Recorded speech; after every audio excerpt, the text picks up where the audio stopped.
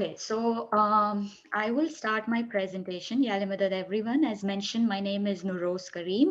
I'm the stroke and critical care physician. तो मेरी जो specialty है उसमें मैं मेरे जितने भी मरीज मैं देखती हूँ अस्पताल में वो सारे stroke के मरीज होते हैं.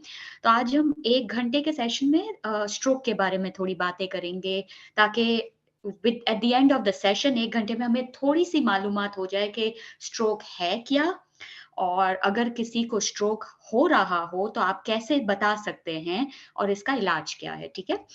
तो हम शुरू करेंगे 2-3 फैक्ट्स से। अमेरिका में स्ट्रोक बहुत कॉमन है। अगर आप में से किसी को ना पता हो तो ये कि पूरे 1 साल में तकरीबन 1 मिलियन के करीब लोगों को स्ट्रोक होता है। इतना कॉमन है स्ट्रोक, ठीक है? स्ट्रोक क्या है वो हम नेक्स्ट स्लाइड्स में बातें करेंगे, लेकिन बस इतना पता होना चाहिए कि स्ट्रोक एक बहुत कॉमन चीज़ है जो कि हमारे मुल्क में है। एवरी 40 सेकंड्स मतलब कि 1 मिनट से भी कम के अरसे में एवरी 40 सेकंड्स अमेरिका में एक शख्स को स्ट्रोक हो रहा होता है इस वक्त। जैसे कि अभी हम बात कर रहे हैं, मैं इस प्रेजेंटेशन में बैठी हूँ और किसी एक जगह पे किसी एक शख्स को अभी स्ट्रोक हो रहा होगा, तो इतना कॉमन है स्ट्रोक एवरी 40 सेकंड्स। तो ये बात मैं बार बार रिपीट करूंगी कि स्ट्रोक एक बहुत कॉमन चीज है जो कि तेजी से बढ़ रही है ये बीमारी, और एवरी 4 मिनट्स में एक शख्स की मौत हो जाती है स्ट्रोक की वजह से अमेरिका में। तो ये इतना कॉमन है, ठीक है? और स्ट्रोक स्ट्रोक जो है वो एक बहुत ही कॉमन कॉज है डिसेबिलिटी का, क्योंकि स्ट्रोक से ये हो जाता है कि आप माजूर हो जाते हैं, एक हाथ काम नहीं करता, एक पैर काम नहीं करता, इसकी वजह से जो है डिसेबिलिटी हो जाती है। तो ये एक बहुत ही कॉमन कॉज है डिसेबिलिटी का, तो हम इस पर जरा बात करेंगे। तो स्ट्रोक को आम अल्फाज में अगर मैं आपकी जुबान में कहूँ तो इसे हम कहते हैं फालिज। एक कॉमन अल्फाज में अगर मैं कहूँ कि स्ट्रोक क्या है, तो स्ट्रोक का मतलब है फालिज। अब स्ट्रोक जो होता है वो 2 टाइप्स के होते हैं, ठीक है? जो ज्यादातर मेरे पास मरीज स्ट्रोक के आते हैं वो ये होता है कि कोई भी दिमाग की कोई भी एक ब्लड वेसल जो होती है जिसे हम शरियाने कहते हैं, जैसे दिल की ब्लड सप्लाई होती है ऐसे दिमाग की भी ब्लड सप्लाई होती है, तो वो जो है बंद हो जाती है किसी भी वजह से। तो इस वजह से अगर फालिज होता है, ये ज्यादातर ये वजह होती है। और जो 13% लोग होते हैं मेरे पास जो स्ट्रोक की वजह से आते हैं, उसमें जो ये होता है कि पेशेंट्स के जो ब्रेन में ब्लीडिंग हो जाती है जिसे हम ब्रेन हेमरेज कॉमन जबान में कहते हैं, ठीक है? तो ये 2 बड़ी टाइप्स के स्ट्रोक है जो मैं देखती हूँ, मैं वो पेशेंट्स मैनेज करती हूँ। लेकिन ज्यादातर हमारे पास जो पेशेंट आते हैं वो ये होता है कि दिमाग की शरियानें बंद हो गई होगी। कम मरीज होते हैं लेकिन ये कि उनमें जो है ब्रेन हेमरेज हो जाता है। तो हम दोनों पर हल्की सी बात करेंगे। तो सबसे पहले हम बात करते हैं दिमाग की शरियान बंद हो जाना। तो मैं आपको जो है वो एक वीडियो दिखाऊंगी। हम पहले वो एक वीडियो देखते हैं और फिर उसे समझने की कोशिश करेंगे। Let me see.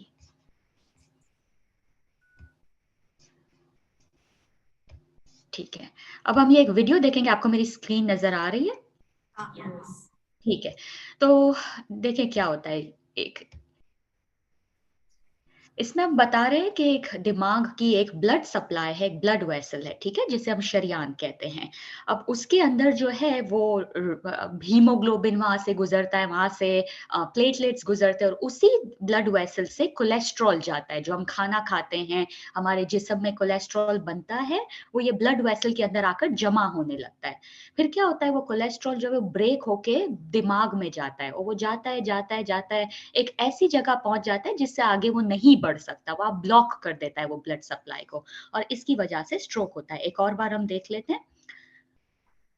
तो ये दिमाग की कोई भी एक शरियान हम लेते हैं, इसके अंदर से हम हीमोग्लोबिन प्लेटलेट सब जाते हैं, उसी के अंदर कोलेस्ट्रॉल जाता है जो भी हम खा रहे हैं, और वो कोलेस्ट्रॉल जो है वो बढ़ता जाता है इतना कि अब उसके पास जगह नहीं है। तो वो कोलेस्ट्रॉल की जो है वो ब्रेक डाउन होता है, एक छोटा सा टुकड़ा निकलता है उसमें से और वो दिमाग के अंदर जाने लगता है। वो जाता है टिल वो ऐसी जगह पहुंच जाता है अब इससे आगे देखे वो नहीं जा सकता, तो वो ब्लॉक कर देता है उस ब्लड वेसल को और इसकी वजह से स्ट्रोक हो जाता है, ठीक है? तो ये एक बेसिक डेफिनेशन थी, एक बेसिक मैकेनिज्म था जिससे मैं आपको समझा सकती हूँ कि स्ट्रोक क्यों होता है। अब क्या रिस्क फैक्टर्स है हमारे पास, क्या क्या क्या कहते हैं कौन जो है वो स्ट्रोक जिनको खतरा है या क्या खतरे हैं स्ट्रोक के, तो चंद A stroke occurs when the blood flow in part of your sorry brain एक is second, blocked. After just a few minutes, the starved brain cells Sorry. begin to die. Okay, sorry about that. तो किन क्या वजह हो सकती है या किन लोगों को या हमारे पास क्या रिस्क फैक्टर्स है जिनसे स्ट्रोक होता है? तो चंद चीजें जो होती है जिन्हें हम कहते हैं नॉन मॉडिफाइबल, वो चीजें जो आप बदल नहीं सकते। देखिए नेचर में कुछ चीजें हैं जो कि जैसे कि हम बड़े होते जाते हैं, हम हमें बुढ़ापा आता है, ये चीज नॉन मॉडिफाइबल है। ना आप इसे कंट्रोल कर सकते हैं ना मैं कर सकती हूँ। हर कोई बड़ा होता जा रहा है, हमारी उम्र होती जाती है, तो उम्र की वजह से बीमारियां लगती रहती है, तो ये नॉन मॉडिफाइबल है। लेकिन 5 चीजें जो कि हमारी अमेरिकन हार्ट सोसाइटी ने स्टडी की थी और उन्होंने कहा कि 5 चीजें ऐसी है जो कि इंसान के इख्तियार में है, जो हमारे हाथ में है, जिनसे हम जो है अपने आप को बचा सकते हैं स्ट्रोक होने से। सबसे पहले चीज हो जाती है हाई ब्लड प्रेशर, जिसे हाइपरटेंशन कहते हैं। तो ब्लड प्रेशर जो बढ़ता है, जो नॉर्मल ब्लड प्रेशर मैं अपने पेशेंट्स को बताऊंगी कि क्या होना चाहिए, वो ये कि ऊपर वाला जो नंबर हो वो 120 और नीचे वाला नंबर 80। ठीक है, 120 ऊपर वाला, नीचे वाला नंबर 80। जब इससे ऊपर जो ब्लड प्रेशर बढ़ता है 130, 140, 150, तो क्या होता है कि आपकी जो ब्लड है, ब्लड वेसल्स जो है, जो आपकी शरियानें हैं, वो कमजोर पड़ने लग जाती है। ठीक है, वो जो है एक वक्त ऐसा आता है कि अब वो इससे ज्यादा आपकी मदद नहीं कर सकती। तो ये ब्लड वेसल्स जो होती है, ये शरियान एक वक्त में बंद हो जाती है या एक वक्त में लीक हो जाती है। जब वो लीक होती है तो हेमरेज हो जाता है। जब वो बंद हो जाती है तो स्कीमिक स्ट्रोक, जो कि हम डिस्कस कर रहे थे, जो ज्यादातर मरीज मेरे पास आते हैं जिनकी ब्लड वेसल्स ब्लॉक हो जाती है। तो जब आपका हाई ब्लड प्रेशर 10 साल 15 साल तक रहता है, आप दवाइयां टाइम पर नहीं लेते हैं, आप कंट्रोल नहीं करते हैं, तो जो शरियाने हैं वो काम करना छोड़ देगी। इसके बाद जो है आपके चांसेस हो जाते हैं कि अब आपको फालिज हो सकता है, पहली चीज। दूसरी चीज आपकी डाइट, ये चीज आपके और मेरे इख्तियार में है, क्या खाना है। देखिए मैं अपने मरीज को हमेशा यही बताती हूँ कि खाना अच्छा सबको लगता है, आपको भी अच्छा लगता है, मुझे भी अच्छा लगता है खाना खाना, लेकिन एक चीज होती है एतदाल से काम करना। मियाना रवि हमारे जमात में इमाम भी कहते हैं कि हर चीज बैलेंस्ड अच्छी लगती है, राइट। तो ये नहीं है कि हर वक्त आप अच्छा खाना खा रहे हैं। जैसे कि हम पीरों की और गिनानों में बात करते हैं, वो यही कहते हैं कि खाने के लिए एक तो दो लोग होते हैं, एक तो वो जो जीने के लिए खाते हैं और एक खाने के लिए जीते हैं। तो बहुत पहले से हमारे मजहब में हमारे सूफियों ने ये बात बहुत अच्छे से बताई थी कि एतदाल से चीज करनी है, खाना भी देख कर खाना है। मतलब कि सुबह में आपने अच्छा ब्रेकफास्ट कर लिया, लंच के टाइम पे थोड़ा कम कर लिया और डिनर हल्का रखना चाहिए। गिनान में भी है, पेट भरी ने खासो तो आओ से नींद रहा, तो एक अने खूब पछतासो। तो मतलब इमामों ने, पीरों ने बहुत अच्छे से ये बात हमें उस जमाने से बताई थी कि देख कर खाना है। तो डाइट एक ऐसी चीज है जो आपके और मेरे इख्तियार में है। तीसरा ये कि फिजिकल इनएक्टिविटी। तो जो आप मतलब हर वक्त सोफा पर बैठे रहते हैं या काम नहीं कर रहे हैं या चल नहीं रहे। आजकल जो है टेक्नोलॉजी ने चीजें बहुत फैसिलिटी आपको दे दी है। मतलब यहाँ से यहाँ जाना है तो चलो गाड़ी निकाल के चलते हैं। तो मेक श्योर करें कि आपकी एक्टिविटी लेवल चल रहा है। ऐसा नहीं, जो चीजें अगर वॉकिंग डिस्टेंस पर हो सकती है तो प्रेफर करें कि मैं चल कर जाऊं, वो चीजें कर लूं। रोजाना की जो है ना, जैसे आजकल तो एप्पल वॉच और बहुत कॉमन है, तो मैंने देखा है जमात में एक्टिविटीज ये लोग रखते हैं, और मैं चाहूंगी कि आपकी जमात में अगर ना हो तो आप भी एक्टिविटीज रख सकते हैं कि 10,000 स्टेप्स वॉकिंग की हमने एक ऐप जमात के लिए निकाल ली, और जो है हम compete कर रहे हैं, हम अपना टारगेट रीच कर रहे हैं। तो इससे ये होता है कि आप जो है मिलकर एक गोल अचीव कर रहे हैं, ये टीम एफर्ट है। मैं एक शख्स के पास जाके नहीं कह सकती कि आपने जो है ये चीजें करनी है। अगर मैं मिलकर जमात को एक टास्क दूंगी कि नहीं, हमें जो है एक महीने में ये ऐसा करना है कि 3,000 स्टेप्स रोज के हो, फिर 5,000, फिर 10,000, तो एक दूसरे के साथ मिलकर हम ये चीज अचीव कर सकते हैं। तो थोड़ा सा फिजिकल एक्टिव होना चाहिए हमें, जहां पर हमें लगता है कि वॉक करना बेहतर है। अगर आपके आर्थराइटिस नहीं या कोई मसला नहीं है, अगर आप सीढ़ियां ले सकते हैं तो कोशिश करें सीढ़ियां इस्तेमाल करें। तो ये कि थोड़ा सा फिजिकली अपने आप को एक्टिव रखा जाए। एक और चौथी जो चीज़ है वो है स्मोकिंग। बहुत कॉमन है कि मतलब हर यहाँ पे जो है मैं देख रही होती हूँ मरीज़ आते हैं मेरे पास स्मोकिंग। और एज़ अ डॉक्टर जो मैंने ये चीज़ देखी है और मैं जो बताऊँगी कि हम कभी भी मैं अपने मरीज़ों को ये नहीं कहती कि सिगरेट कम कर दें। हमेशा से हम कहेंगे सिगरेट ख़त्म कर दें। अगर आप 2 पैकेट्स पीते हैं तो कभी भी मैं ये मशवरा नहीं दूँगी कि 2 की जगह 1 कर दें, 1 की जगह कम, नहीं। क्योंकि मैंने खुद एक स्टडी की थी जो कि पब्लिश भी हुई है कि अगर चाहे आप 1 सिगरेट पी रहे हैं या 1 डिब्बा सिगरेट का रोज़ का पी रहे हैं, आपका risk of having heart attack और आपका risk of having stroke equal है। तो मतलब ये कि आप 1 सिगरेट पिए या 1 पैकेट पिए, आप दोनों इंसान को एक जितना खतरा है हार्ट अटैक का और स्ट्रोक का। तो इसीलिए मैं कभी ये नहीं कहती कि अच्छा 1 पैकेट पी रहे थोड़ा कम कर लें, फिर थोड़ा नहीं। स्मोकिंग कोल्ड टर्की बंद कर दें, खत्म कर दें। मुश्किल है, हर चीज़ मुश्किल है लेकिन ट्राई तो करनी होगी। तो smoking is one of the major risk factors of stroke. और अगर आपको एक बार स्ट्रोक होता है तो आपका चांस उस लाइफ में या अपनी ज़िंदगी में एक और स्ट्रोक होना 6%। इतना ज़्यादा आपका चांस है। अगर एक बार स्ट्रोक हो गया तो आपको फिर स्ट्रोक हो सकता है। तो ये चीज़ें देखनी होगी। और 5वीं जो चीज़ है वो है एब्डोमिनल ओबेसिटी, पेट की। हम देखते हैं पेट बड़ा होता है लोगों का। तो ये बहुत कॉमन और ये जो चा पाँचों चीज़ें मैं आपको बता रही हूँ, स्ट्रोक की या फ़ालिज के रिस्क फैक्टर, ये पाँचों हार्ट अटैक के भी रिस्क फैक्टर्स हैं। तो जो पेट से बड़े जिनका पेट बड़ा है, ये बहुत खतरे की बात है क्योंकि ये सारा कोलेस्ट्रॉल आपका पेट में जमा हो रहा है। जब आप सोने जाते हैं, तो ये पेट जो है वो आपको प्रेशर देता है दिल पर और इससे क्या होता है कि जो है ना आप वो स्नोरिंग करते हैं, खर्राटे लेते हैं, ठीक है? तो उससे क्या होता है कि आपकी जो है ना ऑक्सीजन नहीं आ रही। जब आप सो रहे होते हैं तो आपकी ऑक्सीजन नहीं आती जिससे आपके ब्रेन में जो है वो ऑक्सीजन कम हो जाती है जिसकी वजह से आपको हार्ट अटैक और स्ट्रोक दोनों हो सकता है। तो पेट से जो मोटापा है इसे कम करना है। इसे कम करने के लिए हमें क्या करना है? डाइट, फिजिकल एक्टिविटी और स्मोकिंग छोड़नी है। तो ये तमाम चीज़ें अमेरिकन हार्ट एसोसिएशन ने काफ़ी गहराई में पढ़ी थी और उन्होंने ये बात बताई थी कि तमाम चीज़ें जो है वो फ़ालिज करवाती है। अच्छा, अब हम सीधा-सीधा चंद और बातों पे डिस्कशन करेंगे कि क्या चीज़ें जो है वो और भी है जो कि हमें ध्यान में रखनी चाहिए। एक चीज़ होती है टैकीकार्डिया जिसे हम कहते हैं दिल की धड़कन तेज़ चलना, ठीक है? तो दिल की धड़कन जो है अगर वो नॉर्मली मैं कहूँ कितनी होनी चाहिए तो 80 से 100 जो है वो नॉर्मल हार्ट रेट है, एक नॉर्मल रेस्टिंग। अब आप कुछ भी अगर नहीं कर रहे हैं, अगर आप अभी सब बैठे हुए हैं और मैं कहूँ कि चलो सब अपना-अपना हार्ट रेट चेक करें तो आइडियली आपका 80 से 100 के अंदर होना चाहिए, नॉर्मल हार्ट रेट है। जो कि एथलीट्स होते हैं, जैसे मैं रनिंग करती हूँ, तो मेरा हार्ट रेट बहुत ऊपर तक चला जाता है 170 लेकिन मैं उस वक़्त रनिंग कर रही हूँ। जब मैं रेस्टिंग पर हूँ तो मेरा हार्ट रेट कम रहता है। लेकिन ये मेरी बॉडी है, मैं नॉर्मल इंसान का बताऊँ तो 80 से 100 तक का नॉर्मल हार्ट रेट होना चाहिए। लेकिन ये कि अगर उससे ज़्यादा बढ़ जाता है, तो ये एक तरह से रिस्क होता है कि आपको हार्ट अटैक भी हो सकता है, फ़ालिज भी हो सकता है। तो आपको क्या सिम्पटम्स होंगे कि अगर आपकी दिल की धड़कन बढ़ गई है, तो आपको कैसे पता लगेगा कि ओ मेरी दिल की धड़कन बढ़ गई है? तो आपको क्या सिम्पटम्स हो सकते हैं? चक्कर आएँगे या लाइट हेडेड आपको जो है ना चक्कर एक कॉमन वर्ड है जो लोग कहते हैं कि सर बड़ा हल्का या भारी हो रहा है और चक्कर आ रहे हैं और ये कि फेंटिंग, पास आउट हो जाना या बेहोश हो जाना थोड़ी देर के लिए। या फिर आपको खुद महसूस होगा कि मेरा जो है ना दिल की धड़कन बढ़ रही है और मुझे ये कानों तक आवाज़ आ रही है, इतनी तेज़ धड़कन हो गई है।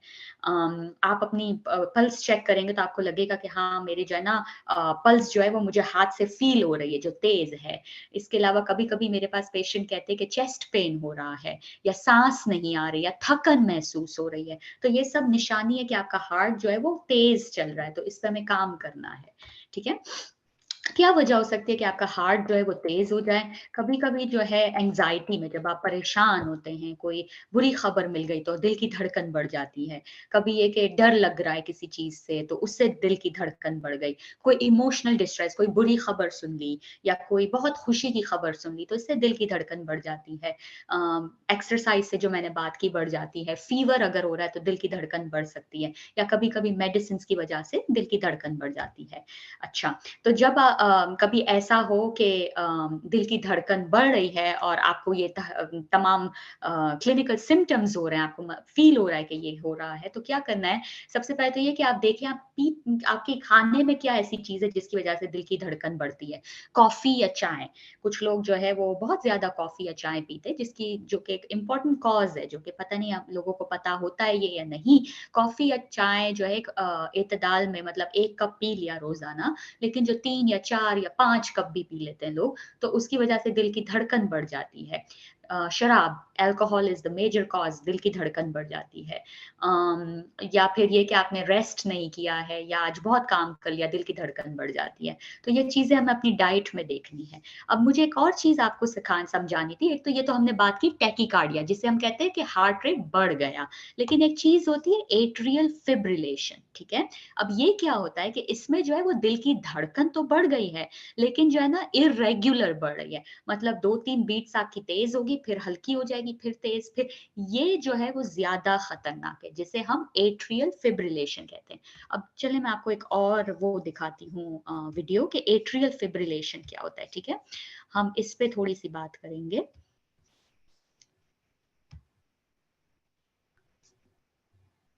अब देखिए ये नॉर्मल हार्ट है जो ऐसे धड़कता है। पहले दिल का ऊपर वाला हिस्सा धड़केगा, फिर वो ब्लड जो है वो नीचे तक ले जाएगा। ये नॉर्मल है, ठीक है? ऊपर 2 वाल्व कहते हैं जिसमें ब्लड है, वो ब्लड जो है वो नीचे जाता है। ये बिल्कुल एक नॉर्मल अल्लाह ताला ने ऐसे बनाया है हमारा निज़ाम, ठीक है? अब एट्रियल फिब्रिलेशन से क्या होता है ये चीज़ अब आपको दिखाएँगे कि ये जिस तरह चलेगा मैं आपको उसके हिसाब से बताऊँगी। कि ऊपर से एक इलेक्ट्रिक करंट आता है जो कि ऊपर से नीचे वाले वाल्व को कहता है कि अब तुम्हारी बारी है, तुम्हें धड़कना है। अब यहाँ पे जो है ना मसला हो जाता है, वो ऊपर से नीचे सिग्नल्स नहीं आते हैं सही से, तो क्या होता है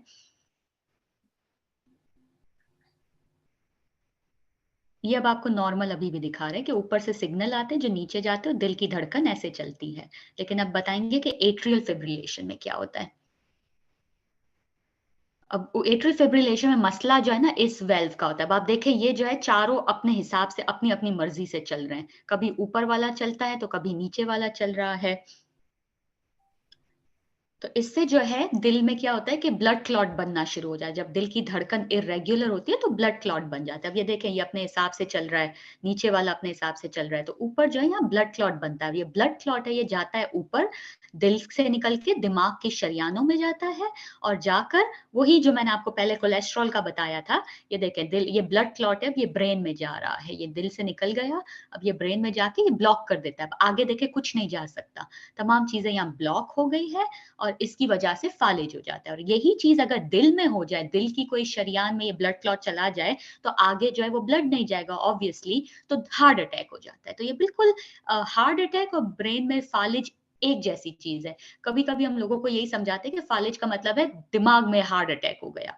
बिल्कुल उसी तरह मैकेनिज़्म है। आप देख रहे हैं ना कि ये ब्लड क्लॉट है, अब ये ऊपर चला गया और इसके बाद जो है ये आगे अब कुछ भी अब यहाँ पे टिश्यू जो था ब्रेन का वो डेड हो जाता है क्योंकि अब आगे खून ही नहीं जा रहा आपका क्योंकि वहाँ ब्लड क्लॉट था वो जो दिल की शरियानें बंद कर दिया है। तो इस वजह से इसे स्ट्रोक कहते हैं। तो ये एक बहुत ही कॉमन कॉज़ है फालिज का एट्रियल फिब्रिलेशन दिल की धड़कन जो है वो इर्रेगुलर और तेज़ रहना। तो इससे ब्लड क्लॉट बन जाता है और ब्लड क्लॉट से जो है वो ब्लड क्लॉट टूटता है, वो दिमाग में जाता है और फालिज हो जाता है। अब अगर मैं जमात से कहूँ कि एक स्लाइड अगर आपको अच्छे से याद कर लेनी चाहिए, आप अगर घर जाएँ मेरी पूरी प्रेज़ेंटेशन में अगर आपको कुछ समझना है, कुछ भी मज़ा ना आए, ये वाली स्लाइड जो है वो आपको याद करनी है और ये आपके ये एक-एक बच्चे को मैं कहती हूँ ये चीज़ पता होनी चाहिए कि अगर किसी को फालिज का अटैक हो रहा है, तो आप कैसे देख सकते हैं कि इसे फालिज हो रहा है और आपको क्या करना चाहिए, ठीक है? तो अमेरिकन हार्ट एसोसिएशन ने ये निमोनिक भेजा था जिसे कहते हैं be fast BEFAST be fast ये हमारे यहाँ बच्चे-बच्चे को ये चीज़ पता है। मैं चाहती हूँ जमात में इतनी अवेयरनेस हो कि जमात को पता हो कि अगर किसी के घर में किसी के जमाती मेंबर को ये चीज़ हो रही है, तो आपको फ़ौरन 911 कॉल करना है। तो बी फास्ट में हर चीज़ का एक मतलब है, तो हम एक-एक चीज़ डिस्कस करेंगे, ठीक है? बी फास्ट का जो बी है उसका मतलब है बैलेंस। बैलेंस।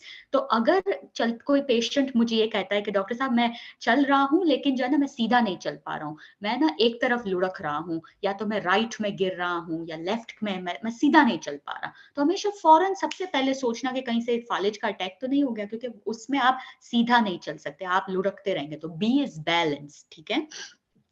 दूसरी कंप्लेन वो कह सकता है कि डिजीनेस, चक्कर आ रहे हैं और मैं सीधा चलना चाहता हूँ लेकिन मेरे जो है ना जिस्म काम ही नहीं दे रहा मुझे और चक्कर आ रहा हूँ, मैं एक ही तरफ गिर रहा हूँ।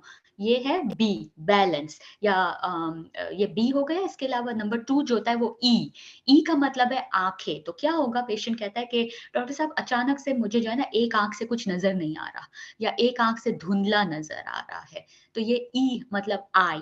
तो ये ख्याल रखना कि क्या पता उसे स्ट्रोक हो रहा हो, तो आपको ये बहुत केयरफुली उसकी बात सुननी है और आपको क्या करना है वो मैं आपको बताऊंगी। सो बी हो गया बैलेंस, ई हो गया आई, एफ मतलब फेस, फेस ड्रूप जिसे हम कहते हैं कि मुंह टेढ़ा हो गया, एक एक तरफ का मुंह जो है वो टेढ़ा हो गया, ये है स्ट्रोक, ये फालिज की निशानी है।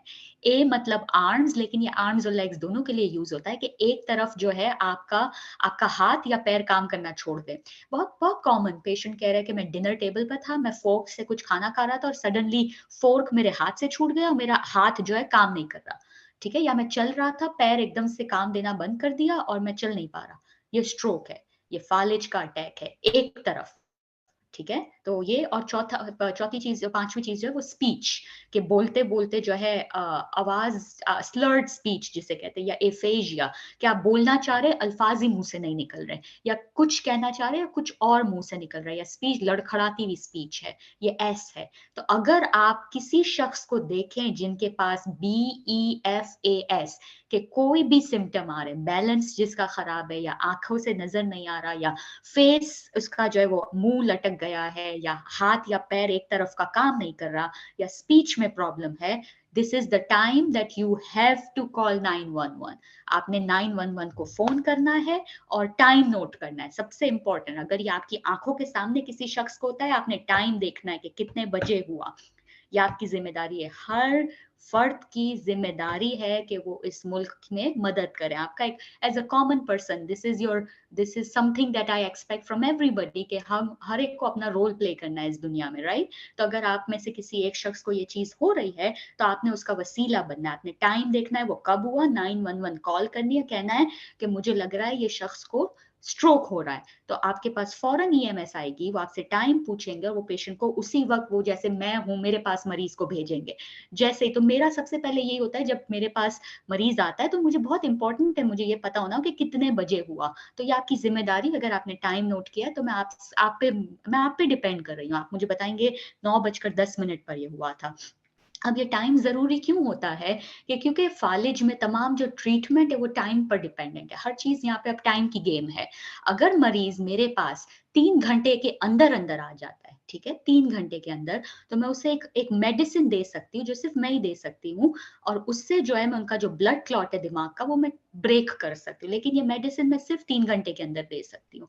अगर वो मेरे पास इससे लेट आता है तो वो मेडिसिन नहीं मिल सकती उसे। इसीलिए स्ट्रोक के साथ दो चीजें होती है, हम जो कहते हैं टाइम इज ब्रेन, क्योंकि आपने उस वक्त बहुत फास्ट एक्ट करना है। आपका एक एक टाइम जो आप लगा रहे हैं उससे मरीज का फायदा या नुकसान हो सकता है। अगर आप लेट कर रहे हैं, वो मेरे पास लेट पहुंचेगा, और मेरे पास लेट पहुंचेगा तो मैं उसका इलाज नहीं कर सकती। तो ये चीज है कि 3 घंटे के अंदर स्ट्रोक का इलाज होता है, दैट्स इट। तो आपने वो जो है वो मेडिसिन मुझे मैंने देनी है उस वक्त, अगर ये 3 घंटे के अंदर मरीज आ जाए तो बी फास्ट। ये चीज आप याद रखें, ये चीज आप अपने घर में एक अपने फ्रिज के ऊपर रख दें, ये चीज रोज देखें, क्योंकि जब आपका जहन में ये चीज होगी तब आप वो चीज देख सकते हैं। वो कहते हैं the eyes can see only what the brain knows. तो अगर आपको पता होगा तभी वो आप चीज देख सकेंगे, वरना आंखों के आगे से ऐसे तो हजारों लोग ऐसे पड़े होते हैं और हमें पता ही नहीं है क्या हो रहा है उनके साथ। तो ये चीज थी कि अगर आप मेरे पास आते हैं विद इन 3 मिनट्स, तभी सॉरी 3 आवर्स, इसीलिए कहते हैं टाइम इज ब्रेन। 3 घंटे में आए तो मैं आपका इलाज उस वक्त मेडिसिन से कर सकती हूँ, ठीक है। ये पहली चीज हो गई। दूसरी चीज जो कि स्ट्रोक का इलाज है वो है सर्जरी। तो ये सर्जरी जो होती है उसके लिए हर कोई इसका कैंडिडेट नहीं होता, इसका बहुत स्ट्रिक्ट क्राइटेरिया है। जो दवा है वो हम ज़्यादा लोगों को दे देते हैं, इसीलिए मैं कहती हूँ कि 3 घंटे में आ जाए तो बहुत बेहतर है। लेकिन अगर वो 3 घंटे में नहीं पहुँचते, लेट हो जाता है, तो मैं उनका जो है फिर बाकी चीज़ें सीटी और एमआरआई हम करते हैं, देखते हैं कि कितना बड़ा स्ट्रोक है और बचाया जा सकता है, तो फिर मैं उन पेशेंट्स को सर्जरी के लिए ले जाती हूँ। और फिर जो है मैं जो है उनके दिल के ऊपर से जाकर दिमाग में से ब्लड क्लॉट होता है, उसे निकालना होता है और ये थोड़ा डेंजरस होता है, जिसमें रिस्क भी है। तो इसीलिए बेहतर होता है जितना जल्दी आप हमारे पास आ जाएँ तो हम उतना जल्दी जो है उसका इलाज शुरू कर सकते हैं। तो ये 2 ट्रीटमेंट है जो फ़ालिज के मरीज़ों के लिए होती है। अब एक चीज़ होती है जिसका नाम है टीआईए, ट्रांजिएंट इस्कीमिक अटैक, जिसे हम मिनी स्ट्रोक कहते हैं, ठीक है? मिनी स्ट्रोक क्या होता है? ये फ़ालिज का ही एक छोटा भाई है फ़ालिज का, कि जैसे फ़ालिज में ये होता है कि जो है समझे किसी का हाथ या पैर काम नहीं कर रहा है और ये जो है लॉन्ग टर्म है, मतलब ये अगर उन्हें ट्रीटमेंट ना मिले तो वो ऐसे ही रह जाते हैं। हमने देखा होगा मरीज़ों को कि हाथ काम नहीं करता है। तो टिया ये जो होता है उसे मिनी स्ट्रोक कहते हैं। इसमें ये होता है कि हाथ काम नहीं कर रहा, लेकिन जो है ना वो चंद घंटों के लिए, उसके बाद वो ठीक हो जाते हैं। और वो ठीक हो जाते हैं तो बहुत से मरीज़ जो है ना वो अस्पताल ही नहीं आते। वो कहते हैं चलो अल्लाह का शुक्र बचत हो गई, मतलब अब कुछ नहीं होगा। नहीं, ये एक वार्निंग साइन होती है कि अगर आपको ऐसा कोई सिम्पटम हुआ है जो कि खुद से ठीक हो गया, आपको डॉक्टर के पास जाना है, क्योंकि ये चीज़ रिपीट हो सकती है और इसके बाद आपको बड़ा फ़ालिज हो सकता है। तो छोटे फ़ालिज के अटैक में भी आपको वही चीज़ करनी है, सिम्पटम्स वही है, बी फास्ट के।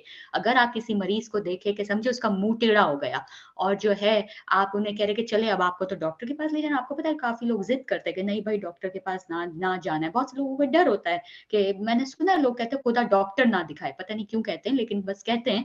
तो डॉक्टर के पास वो मना करते हैं, ज़िद करते हैं। अब आपका फ़र्ज़ है आपने उन्हें समझाना है कि देखें ये फ़ालिज का बड़ा अटैक हो सकता है, डॉक्टर के पास जाना ज़रूरी है। तो क्योंकि वो पेशेंट अगर सीरियस नहीं लेते उस चीज़ को तो उन्हें बड़ा फ़ालिज का अटैक हो सकता है। तो हमें छोटे में ही उन्हें पकड़ के डॉक्टर के पास ले जाने का करना चाहिए। अच्छा, अब ये चीज़ है कि हमें कैसे बचाना है, या प्राइमरी प्रिवेंशन क्या करना चाहिए कि स्ट्रोक का रिस्क कम हो, जो हमने पहले भी डिस्कस कर लिया। ब्लड प्रेशर ऊपर का नंबर जो है वो 120 से बढ़ा हुआ ना होना चाहिए, नीचे का नंबर 80 से ऊपर ना होना चाहिए। जो जमात के मरीज़ हैं जिन्हें हाई ब्लड प्रेशर रहता है, मेरी उनसे ये इल्तिजा होगी कि आप जो है रोज़ सुबह उठते हैं, आपने दवा ले ली ब्लड प्रेशर की, इसके बाद एक डायरी बनाएँ और रोज़ की तारीख लेकर अपना ब्लड प्रेशर नोट किया करें। घर में सबके पास ब्लड प्रेशर मेज़र करने का इंस्ट्रूमेंट होना चाहिए। आप अपना रोज़ का ब्लड प्रेशर लिखें। आप देखें कि आपका नंबर क्या चल रहा है। अगर आपका नंबर कंटीन्यूअसली 120 से ऊपर रहता है और आप दवा खा रहे हैं फिर भी ऊपर रहता है, तो आपने ये नंबर लेकर फिर अपने डॉक्टर के पास जाना है, जो भी आपका पीसीपी, आपका प्राइमरी डॉक्टर है। मुझे अच्छा लगता है जब मेरे मरीज़ मेरे पास ये तमाम चीज़ें लेकर बताते हैं कि डॉक्टर साहब देखिए मेरा नंबर तो ये रहता है, तो कुछ कुछ कर सकते हैं हम इस पे? तो ये जो है ना सिर्फ़ मेरा फ़र्ज़ नहीं है पेशेंट ठीक करना, पेशेंट का भी एक फ़र्ज़ है कि वो इतना एजुकेटेड हो कि वो अपनी चीज़ें वेल मेंटेन रखे। अगर आप अपनी डायरी बनाएँ, रोज़ का ब्लड प्रेशर लिख के डॉक्टर के पास जाएँगे, तो डॉक्टर को अच्छा लगेगा कि हाँ यार ये भी थोड़ा इन्वॉल्व है अपने केयर में और देखिए ये खुद भी कर रहा है ब्लड प्रेशर मेजर, तो मैं इसकी दवा और चेंज करूँ, उस पे थोड़ी और मेहनत की जाए। तो ब्लड प्रेशर के लिए ये करना है। नंबर 2 डायबिटीज़, जमात में काफ़ी लोगों को डायबिटीज़ है, इनफैक्ट अमेरिका में डायबिटीज़ बहुत तेज़ी से बढ़ रहा है। तो डायबिटीज़ के पेशेंट अगर नोट करें तो 3 महीने में एक बार आपका HbA1c होता है, जो कि 3 महीने का 3 महीने का शुगर आपको बता देगा कि शुगर कितनी है। अभी तो काफ़ी अमेरिकन हार्ट एसोसिएशन ने स्ट्रिक्टनेस कर दी है कि आपका जो A1c है वो 6.5 से कम होना चाहिए। तो आपका गोल होना चाहिए 6.5 से मेरा नंबर कम आए, क्योंकि डायबिटीज़ जो है वो एक बहुत ही मैं ये कहूँगी कि ये हर चीज़ की ज़िम्मेदार होती है। डायबिटीज़ से किडनी खराब हो जाती है, आँखें खराब हो जाती है, आपकी सेंसेशंस चली जाती है, पैर सुन्न हो जाते हैं। मतलब diabetes is the cause of almost everything. So कोशिश करें कि शुरू के स्टेज में इसे कंट्रोल कर लिया जाए, शुरू में ही एहतियात की जाए, ठीक है? तो इसके बाद होता है हाई कोलेस्टेरॉल। कोलेस्टेरॉल एक वन ऑफ द कॉज़ेज़ है। मैंने पहली वो जो वीडियो दिखाई थी कि कोलेस्टेरॉल जो ब्लड वेसल्स में आ जाता है, उसके बाद वो दिमाग तक चला जाता है, तो कोलेस्टेरॉल को कंट्रोल करना है। डाइट हमने ज़िक्र किया, एक्सरसाइज़ की हमने बात की, वेट लॉस और स्मोकिंग को ख़त्म करना है, सीज़ेशन मतलब कट डाउन, ख़त्म, कुछ भी नहीं।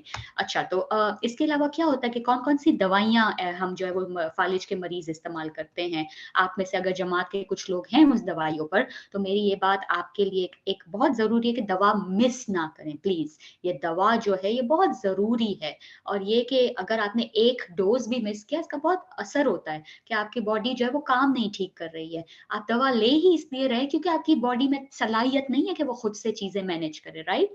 अगर नेचुरली चीजें नॉर्मल होती तो आप दवाओं पर ही ना होते। अगर आप दवा पर है तो इसका रीजन ही है कि आपकी बॉडी काम नहीं करती बगैर दवा के। अब आप दवा जो मिस कर देते हैं तो आपकी बॉडी, मतलब you're causing harm to yourself, तो why?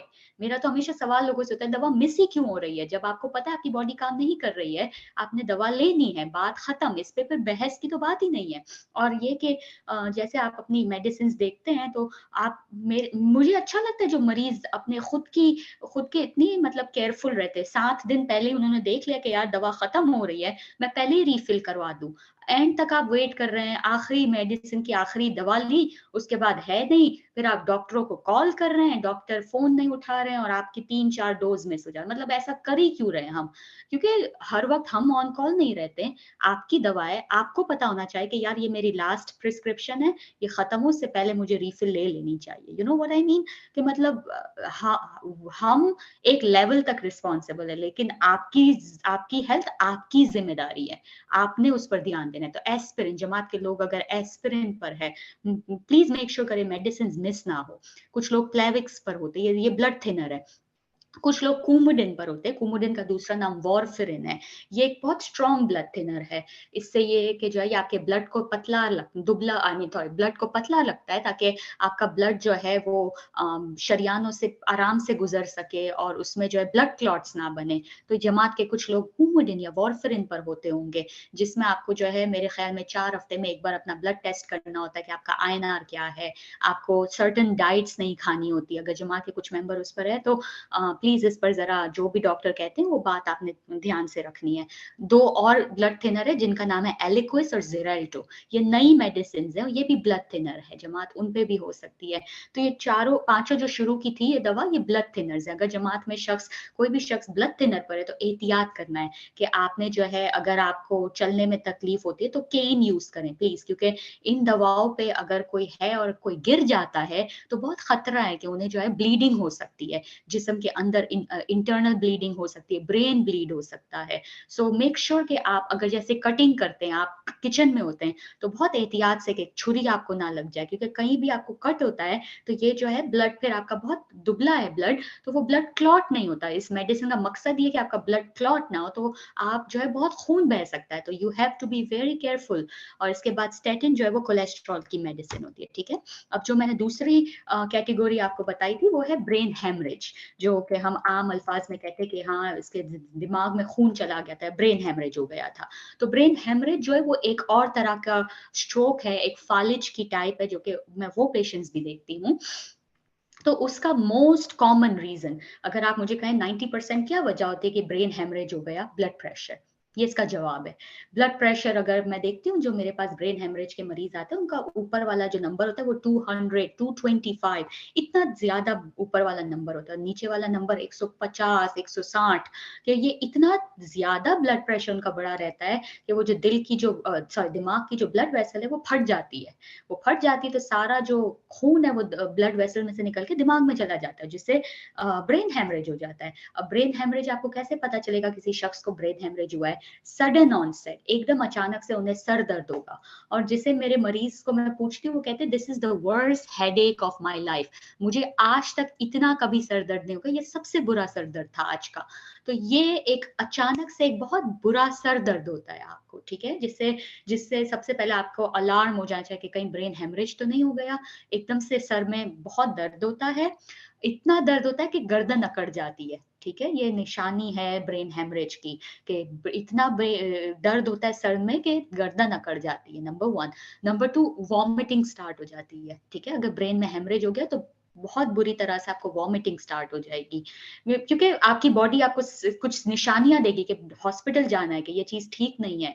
तो सर दर्द के साथ वॉमिटिंग, और उसके साथ फालिज की कोई भी निशानी हो सकती है, हाथ काम नहीं कर रहा, पैर काम नहीं कर रहा, मुंह लटक गया, और कुछ लोग बेहोश हो जाते हैं, अगर बहुत ज्यादा ब्रेन में ब्लड है बेहोश हो जाते हैं। आंखें आप चेक करें तो जो आंखें हैं वो छोटी हो जाती है या बढ़ जाती है, एकदम बड़ी आंखें हो जाएगी। तो ये तमाम चीजें जो है ये आपको इंडिकेट कर रही है कि ब्रेन हेमरेज हो गया है। उसी वक्त डॉक्टर, उसी वक्त आपने ईआर आना है, क्योंकि ये चीज जो है ना ये ज्यादा लाइफ थ्रेटनिंग है, इसमें जो है ज्यादातर पेशेंट मर जाते हैं। तो मैं गुजारिश करूंगी अगर कोई भी ऐसे किसी को ये कंप्लेन हो तो आपने डिले नहीं करना प्लीज। ये चीज है कि आपने, आपका फर्ज है कि आपने डॉक्टर के पास इमरजेंसी डिपार्टमेंट उसी वक्त पहुंचना है। तो आई थिंक मेरी यही एक प्रॉपर प्रेजेंटेशन थी। मुझे इस प्रेजेंटेशन का मकसद ये था कि आपने जो है वो फालिज के जो भी सिम्टम्स होते हैं उन्हें रिकॉग्नाइज करना। ये आपका बच्चे को बी फास्ट पता होना चाहिए और कैसे इसे ट्रीट कर, आई मीन आपका क्या फर्ज होना चाहिए, और बस एक बेसिक एजुकेशन मुझे आपको देनी थी। ये मेरी टीम है जो कि हम नॉर्थ कैरोलिना में तकरीबन 9 हॉस्पिटल्स में हम पेशेंट्स की हेल्प करते हैं। ये मेरे पास चंद रिसोर्सेज हैं, मैं ये जो पूरी प्रेजेंटेशन है ये मैं जमात को दे दूंगी। इसके अंदर आपके पास तमाम स्ट्रोक के बारे में मालूमात इंग्लिश में है, लेकिन अगर किसी जमात को कुछ सवालात हो तो I am happy to take the questions.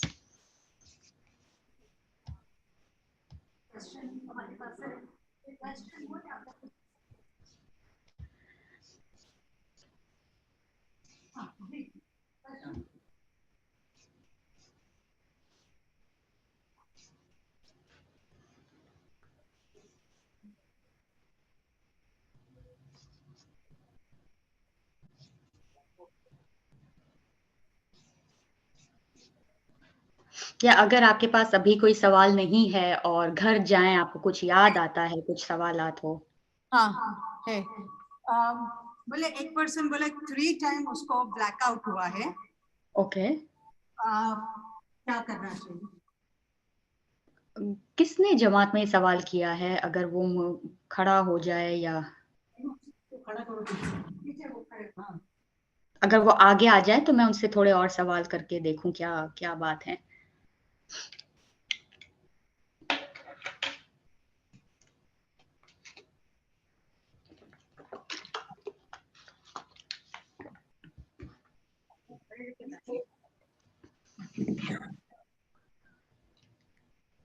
या बोलो। डॉक्टर साहब पिछले 2.5 साल के अंदर अंदर मुझे 3 टाइम ब्लैकआउट हुआ। एक टाइम मैं नाश्ता वगैरह। आपकी आवाज चली गई। बिल्कुल सही आ रही थी, पता नहीं क्या किया आप। हो गया। मुझे क्या है पिछले नहीं, मुझे आप सही नजर आए। अंकल आप जहां खड़े थे आप बिल्कुल ठीक थे, आप वहीं चले जाएं। जी जी जी हाँ, अब बताएं। आपने कहा मुझे 3 टाइम ब्लैकआउट हुआ, एक बार आप नाश्ता कर रहे थे, फिर क्या हुआ? था उसके बाद में जब मैं बैठा था तो अचानक ब्लैकआउट हुआ और मैं नीचे गिर गया। ठीक है। मुझे और कुछ नहीं हुआ और 2-3 मिनट के लिए जो है मुझे खुद नहीं पता था कि मैं कहाँ हूँ क्या है। अच्छा ये बाद में मुझे पता चला कि यार तब तो ब्लैकआउट हो गया था। अच्छा। एक टाइम जो है कि मुझे जब मैं शावर में था ठीक है। वहाँ हुआ था ये। अच्छा, और एक टाइम जो है कि मेरे रेस्ट में मुझे ये हुआ। तो आपको तीनों बार ये जो ब्लैकआउट हुआ है उससे पहले कभी आपको कुछ फील हुआ है कि चक्कर आ रहे हैं या दिल की धड़कन तेज या घबराहट हो रही है? सडन जो है ये हुआ था। कुछ भी इससे पहले आपको कोई ऐसी वार्निंग साइन नहीं थी, कुछ भी आप? कोई नहीं। साइड आपको ब्लड प्रेशर है? नहीं, मुझे ब्लड प्रेशर नहीं है, लेकिन मेरा जो है कि आज से तकरीबन 20 साल पहले जो है बाईपास हो चुका है। ओके। सर्जरी हुई है और उसके बाद मेडिकेशन पे हूँ और सब सही चल रहा था। ब्लड प्रेशर लो तो नहीं रहता? हाँ, मेरा जो है ना हार्ट रेट एकदम कम रहती है। 50 मैक्सिमम 60 जाती है। ये कौन पीछे से जो भी कर रहा है वो रोक दे, क्योंकि अंकल से मैं बात कर रही हूँ और पता नहीं क्या हो गया अचानक से। कोई भी या। स्क्रीन टच ना करें। अंकल मुझसे बात कर रहे हैं, आप लोग वैसे ही चीजें रख लें। मुझे सब समझ और नजर आ रहा था। ओके बोलो। तो आपने कुछ कर दिया, मुझे एको आ रहा है। अभी आ रहा है तो Yeah, because of the mic. It said Mic. because of the mic. Mic रख Is देता it हूँ possible if I can, just go ahead and speak without speaking in the mic? Yeah, I can totally. Okay. It Okay. was doing very Because well. the I mic, don't. yeah, because of the mic. अभी आ गई जी मुझे अब भी आवाज आ रही है. Okay, perfect. So we'll turn the mic off. Mic off. Okay. Mic off. अब now Okay. Can you hear? Yes. Okay. हाँ, बोल. तो आपने कहा आपको बाईपास हुआ था और आपका ब्लड नहीं, आपने कहा आपका हार्ट रेट लो रहता है. हार्ट रेट जो है वो हार्ट बीट कम होती है. ठीक है. मैक्सिमम 60 जाती है, नहीं तो 45 50 55. अच्छा ठीक है. और आपको वो भी नहीं है कि मतलब तीनों बार आप मुझे जो बता रहे देखे वो कोई आप मतलब खाने के बाद हुआ है, एक बार आप शावर में थे तब आप बैठे हुए थे या खड़े हुए शावर कर रहे थे? तब मैं बैठा हुआ था. ठीक है. और एक बार आप रेस्ट रूम में, तो तीनों बार आप बैठे होते हैं और आप पास आउट हो जाते हैं. ये चीज एक कॉमन है. ठीक है. और ये हो सकता है कि उस वक्त आपका ब्लड प्रेशर बहुत लो हो या आपका हार्ट रेट बहुत लो हो. अगर आपके पास आपका प्राइमरी फिजिशियन है, डॉक्टर है आपके पास पीसीपी, एक बार अपना जो है ना एको करवा लीजिएगा. एको और एक ईकेजी जो होती है कि आपकी धड़कन बिल्कुल सही जा रही है, और अपना ना ब्लड प्रेशर नोट किया करें रोजाना कि अगर ये नंबर बहुत लो जा रहा है तो आप देखिए कोई ऐसी मेडिसिन पर आप होंगे अगर ब्लड प्रेशर की, क्या पता आपको जरूरत ना हो या थोड़ी कम करनी होगी. पानी पिया करें, पानी का यूज किया करें. हाँ, तो ये तीनों जो चीजें हुई थी, एक बार अपने पीसीपी को कहे कि मेरा एको करके देखे, मेरा हार्ट काम ठीक कर रहा है. कभी कभी होता है कि पंप पूरा नहीं कर रहा और आपका हार्ट लो होता है और आप पास आउट हो जाते हैं. ठीक है. फर्स्ट टाइम मैंने जो है ना एंजियोग्राम करवा चुका हूँ. अच्छा करवाया था तो क्या आया था उसमें? नॉर्मल जो है उसमें हालांकि वेसल्स जो है हाँ कि भाई आपका जो है कि एक टाइम तो ये हुआ था कि मुझे डॉक्टर ने बोला एंजियोग्राम करते करते वो स्टेंट डालने वाले थे. हाँ. उन्होंने कहा कि नहीं, बोले कुछ नहीं करते हैं, क्योंकि अगर हम लोग कुछ भी करने जाएंगे तो मैं भी हाँ. पास आउट हो जाऊंगा ऑन द टेबल. ओके. तो मुझे लग रहा है कि वो आपकी जो है ना यहाँ सेंसिटिव है बहुत, तो वो कुछ भी लगाएंगे तो आपकी जो है हार्ट रेट और कम हो जाती है. जो मुझे समझ आ रहा है कि एंजियोग्राम में इन्होंने स्टेंट नहीं लगाया कि आपको वो टच करेंगे तो आपकी हार्ट रेट कम हो जाएगी. तो आपकी जो है ना सेंसिटिव है, तो आप कपड़े पहने तो कोशिश करें कि बंद गला ज्यादा ना हो. नेक में जो है ना आपका ये खुला होना चाहिए, क्योंकि कभी कभी यहाँ पर जो है ये टच होता है और आप पास आउट हो जाते हैं. तो थोड़ा नेक को खुला रख के कपड़े ऐसे लूज नेक पहना करें. ठीक है. Thank you so much doctor. अरे कोई मसला नहीं, कोई मसला नहीं. किसी और? मैं उभा रहीने बोली શકો છો. Doctor, can you see him? या Okay, બોલો જોરથી થરો. क्या है? हाँ, गुजराती उर्दू में बात करो तो चल. हाँ, હું બોલીશ. हम लोग 2019 के अंदर मुझे लगता है अंकल को आगे अगर आप बुला लें तो वो बेहतर होगा मेरे लिए. Thank you. हाँ हाँ, कोई बात नहीं. अभी जाओ अभी. हाँ.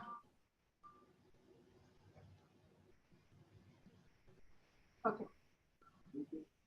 ये बताया था ना. हाँ हाँ. बी वो फास्ट. जरा सेकंड बी फास्ट. तो उसमें से 2-3 चीज ऐसी है कि जो मेरे पास थोड़ा आप इधर आ जाएं, इधर आगे. वो बोले बी फास्ट का वो जो स्लाइड है ना, वो अगर दिखा दे तो he wants to ask couple of questions on ji B. अच्छा ठीक है. Let me open it. Okay, मैं ये अपनी स्क्रीन पे से शेयर करती हूँ ताकि हमें नजर आए हम क्या बात कर रहे हैं. अच्छा, अब हम जाएंगे बी फास्ट. ये रहा. चलें. हाँ जी, आपका क्या सवाल है? सबसे पहला सवाल वो है कि हम लोग बैठते हैं, हाँ सोते हैं, हाँ. उठते हैं, तब हम लोग को चक्कर आती है थोड़ा ठीक सा. है. ठीक है. तो वो किस वजह से होता है वो नहीं मालूम. अच्छा ठीक है, ये आपका पहला सवाल है. दूसरा सवाल क्या है? दूसरा सवाल वो है आइस का है. ठीक है. तो जब भी हम बैठते हैं रात के समय पर कुछ भी होता है तो हम टीवी देखते हैं कि कुछ करते हैं, हाँ पका सा खाते हैं ना, हाँ. में से पानी निकलता है. ठीक है. ठीक है, ये दो सवाल थे आपके. नहीं, मेरे है और आगे जा रहा हूँ मैं। अच्छा अच्छा। हाँ, तीसरा सवाल वो है कि 2019 में मेरे घर के अंदर कुकर फट गया था ओके और सालन जो था वो सब फ्लोरिंग पे आ गया था। मिसिस गिर गई, उसकी आवाज आई और मैंने उसके बचाने के लिए मैं गया, तो मैं भी गिर गया, स्लिप हो गया। ओके मगज के अंदर ब्रेन हेमरेज, बाल जैसा तड़ हो गया था। अच्छा ओके और यहाँ जो पीठ के पीछू नस कोई दब गई थी, अच्छा उसकी वजह से आज भी मुझे थोड़ा पेन होता है, कि थोड़ी तकलीफ होती है।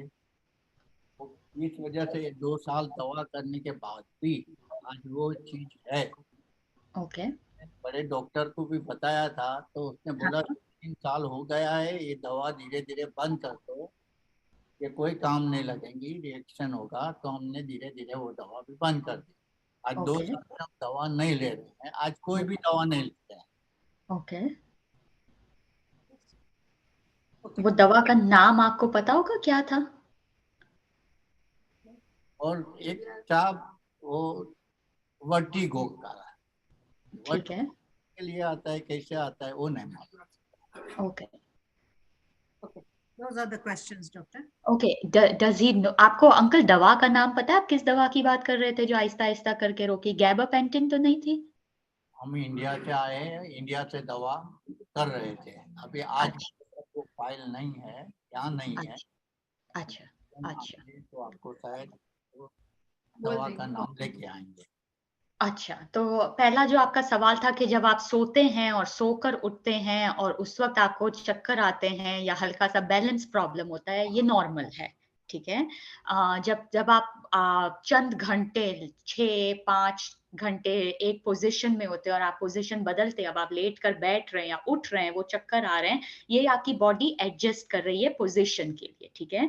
तो ये आपने करना है कि आप जब सोते हैं तो आप फौरन से उठ के चलना ना शुरू कर दे, थोड़ी देर बैठें, अपने आप को एडजस्ट करें लेटने से बैठने की पोजीशन पर कि कैसा लग रहा है, फिर जाकर खड़ा होना है आपने। या तो अपने साइड टेबल पर पानी रखें। जब आप लेट कर बैठते हैं तो सबसे पहले पानी पिए, देखें आपका बैलेंस ठीक है, फिर आपने खड़े होना है। ठीक है। जो फालिज में मैं बैलेंस की बात कर रही हूँ, उसमें मरीज को अचानक से चलते हुए वो गिर जाएंगे, चल नहीं पाएंगे। ठीक है।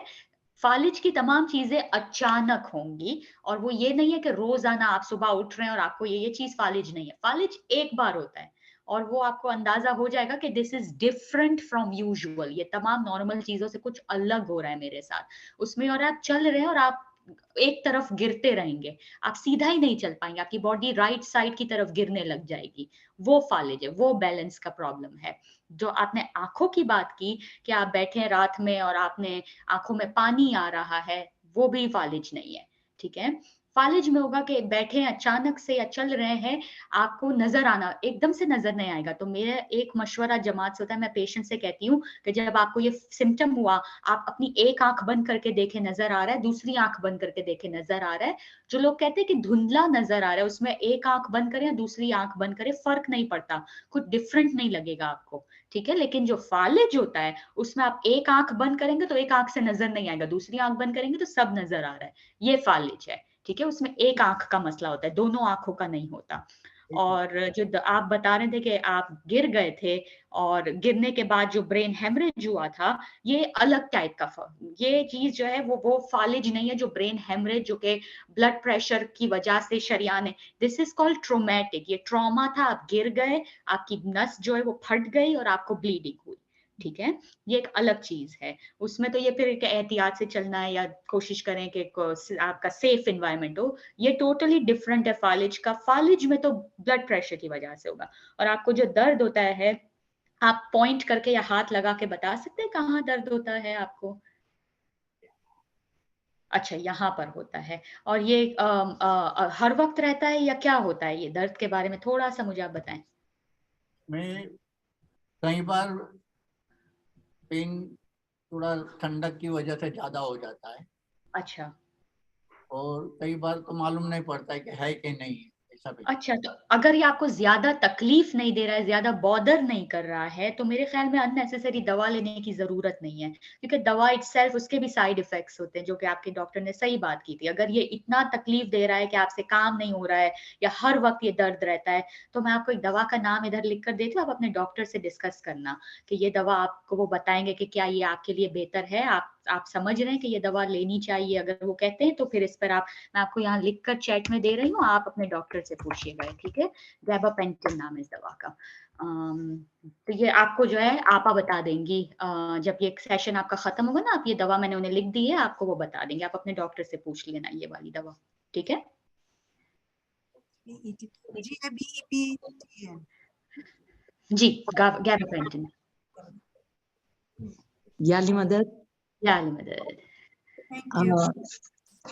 मेरा एक क्वेश्चन है, एक तो ये कि जो मिनी स्ट्रोक आते हैं, जिसको आपने कहा TIA, जो जब अटैक आता है और फिर वो खुद ही खुद ठीक भी होने लगता है, तो जो वो डैमेज छोड़ता है और क्लॉट अभी भी उधर होता है, इसके लिए वो लोग ब्लड थिनर देते हैं। तो वो जो डैमेज हुआ फिर और क्लॉट कब खत्म होगा, वो किस तरह पता चलता है? तो ये बहुत अच्छा आपने सवाल पूछा है। TIA जो मिनी स्ट्रोक होता है, उसकी अच्छी बात ये होती है कि कोई डैमेज नहीं छोड़ता, तभी आप ठीक हो जाते हैं। अगर ये डैमेज छोड़ता तो आपको फालिज हो जाता, राइट। तो ये दोनों में बहुत ही मेजर डिफरेंस है। सबर में किसी का माइक ऑन है, मैं वो बंद कर दूं, क्योंकि आपका नाम शहनाज है। जी जी। जी, वही खोले। ठीक है। तो जो फालिज का अटैक होगा, उसमें ब्रेन में डैमेज रह जाता है, इस वजह से आपका एक हाथ या पैर काम नहीं कर रहा।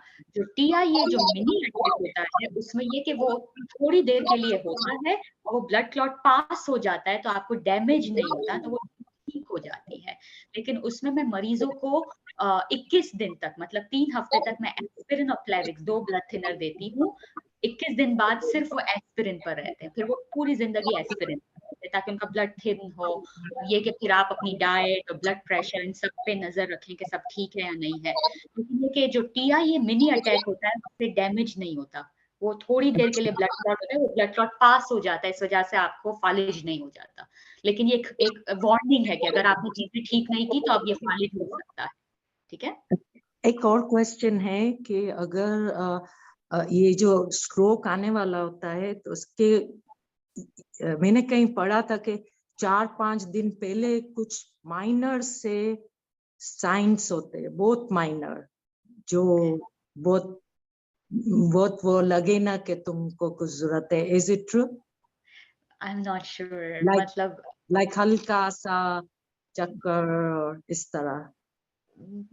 स्ट्रोक ऐसे ही हो जाता है, ऐसे बस, कोई साइन कुछ भी, कोई वार्निंग नहीं होती, जितना मैं मेरी प्रैक्टिस में। लेकिन अगर किसी को होता हो, तो ये जो ब्लड थिनर्स है डिफरेंट डिफरेंट, जैसे एलेक्विस है, जिसमें हस्बैंड एलेक्विस के ऊपर है, वो हार्ट पेशेंट है, लेकिन ये के एक प्रेडेक्सा है जो हमारी फैमिली में कोई ले रहा है। तो जो डिफरेंट डिफरेंट ये जो है ब्लड थिनर्स, तो बाज दफे इंश्योरेंस कवर नहीं करती है, तो इससे कुछ असर होता है, लेकिन जैसे कि भी ये मेडिसिन अच्छी है और नहीं, एलिक्विस, ज़ेरैल्टो और प्रेडेक्सा तीनों एक ही जगह काम करती है, एक ही इसका मैकेनिज्म है। ये सिर्फ इंश्योरेंस का मसला होता है, या पेशेंट कहता है कि मुझे दिन में 1 बार वाली चाहिए, 2 बार मैं नहीं ले सकता, तो मैं उन्हें ज़ेरैल्टो कर देती हूँ जो दिन में 1 बार है। एलिक्विस दिन में 2 बार होती है, ये इंश्योरेंस ज्यादातर कवर कर लेता है, तो एलिक्विस दे देती हूँ। प्रेडेक्सा सबसे नई थी और आई थिंक ये सबसे महंगी थी, या इसके चंद ये जो कि अगर आप पिछली 2 फेल हो जाते हैं, वो नहीं हो सकते, तब प्रेडेक्सा पे रखते हैं। मेरे ज्यादा मरीज प्रेडेक्सा पे नहीं है, एलिक्विस कर देती हूँ। एलिक्विस इंश्योरेंस इजीली कवर करती है, महंगी भी नहीं है इतनी।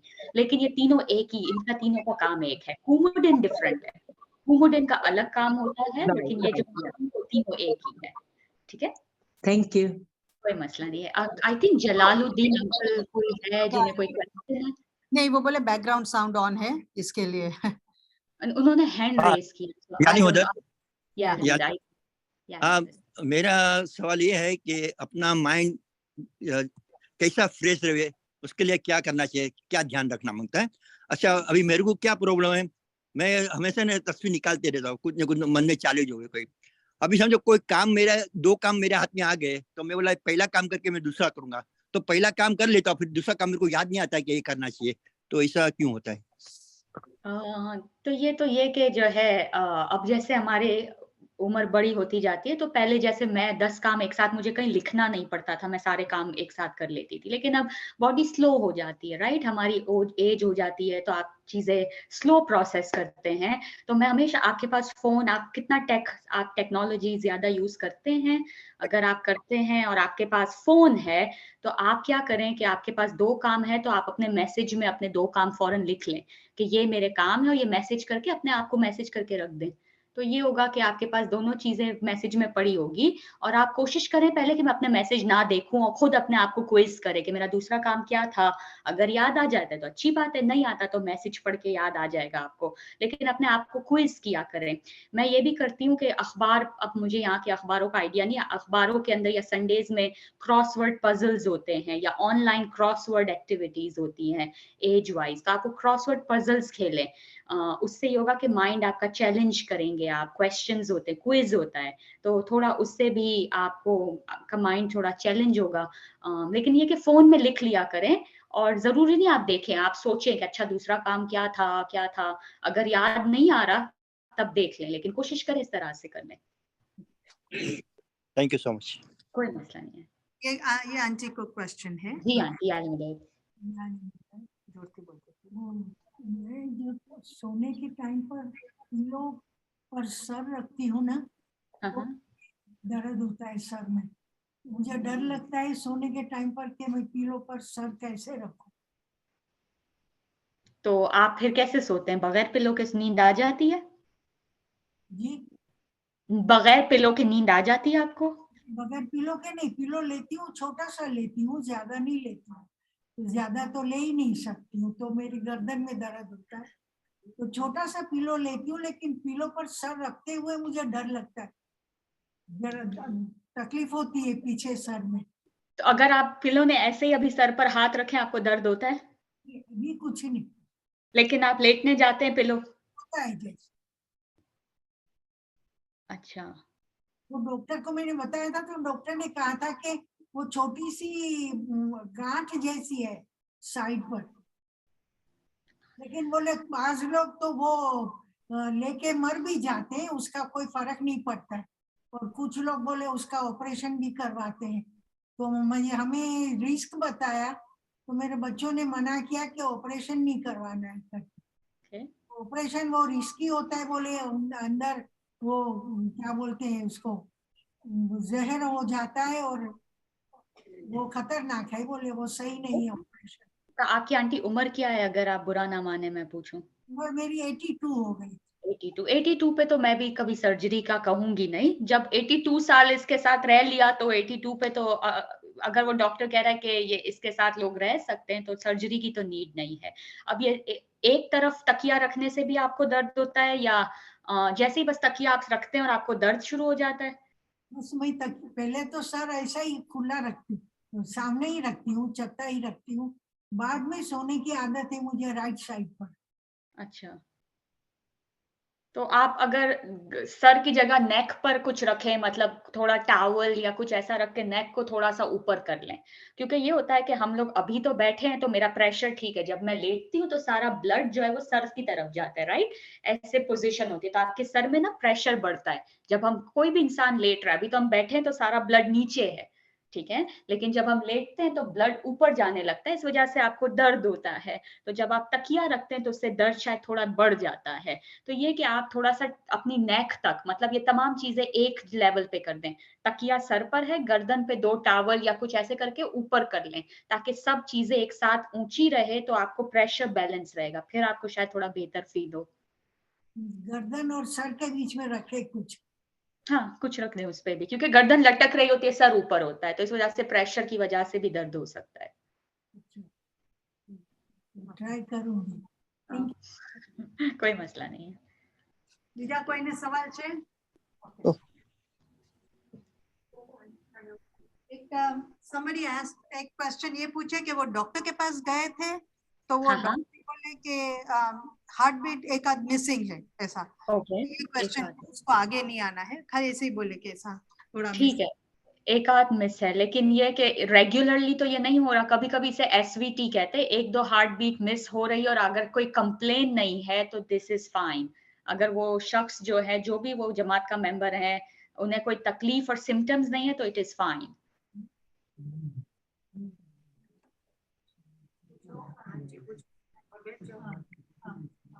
हेलो जी, મદદ મારા હાથમાં છે ને તો દેખાતું નથી, તો એક હાથમાં અંધારું થઈ છે ને જાઉં છું ને જમાખાને તો દેખાતું નથી, તો ચશ્મા બી પહેરું છું ને નથી દેખાતું, તો એક હાથમાં અંધાર અંધાર લાગે છે, તો રાતના બેસું ને તો દેખાતું નથી બરાબર, તો આમ અંધાર આવી જાય છે। आंटी मुझे गुजराती समझ आती है, बोलना नहीं आती, लेकिन आपको डायबिटीज है? नहीं है डायबिटीज? डायबिटीज है, लो हो जाता मेरे को। तो आंखें कैसे, आपकी आंख कैसे, बीनाई कैसे चली गई, क्या वजह थी? मालूम नहीं थी, मैं डॉक्टर को दिखाई थी तो बोले मोतिया है, तो बोले मोतिया है, ठीक है, तो बोले अर्जुन का पका नहीं है, तो मालूम नहीं है, तो अभी दिखाने पड़ेगा। बिरयानी समोसा, हाँ जी, थोड़ा बचा है बस। मैं बोले आपने ज्यादा मंगा लिया था ना, बोले हाँ हाँ मैं ज्यादा इसलिए मंगाई थी, हम लोग 2 दिन तक खाएंगे। नाज़मीन विरानी, आप अपना प्लीज म्यूट कर लेंगे? म्यूट कर दो यार। नाजिम विरानी कौन है? कौन है नाजिम विरानी? नाज़मीन विरानी नाम है। नाज़मीन विरानी कौन आया? आप हो जो आप बोल रहे हो ना वो। Okay. पता नहीं नाज़मीन कौन है। क्या नहीं है, I think they're online. Yeah, but they have unmute themselves and they're talking about biryani and samosa. Okay. Online. अभी भी दिखता नहीं है। मोतियानु છે ને એટલે। Can you take Nazneen out or something? Yeah, I'm working on it. Okay. બીજો કોઈ સવાલ છે? तो बोले नाज़मीन विरानी यहाँ नहीं है, लेकिन नाज़मीन ऑन है, जो भी ये शख्स है, can you take her out because the moment I try to talk she talks, so I cannot talk. Yeah, I'm working, I'm fine, I'll find it and I'll mute this person. आपको कोई सवाल जवाब करना हो तो अभी phone आया ना उसमें कुछ दब गया लगता है। मैंने अपना वीडियो ऑफ किया है ना।